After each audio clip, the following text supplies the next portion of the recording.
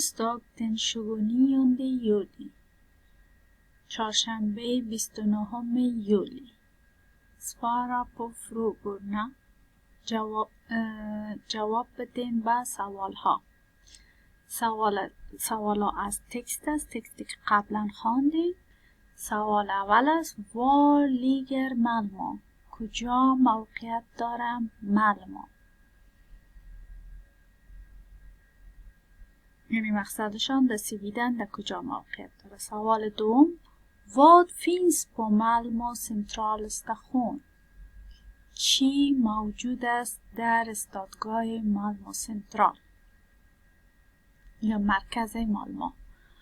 var kan man köpa en biljett؟ از کجا آدم میتونه که بخره خریداری کنه یک تا تیکت؟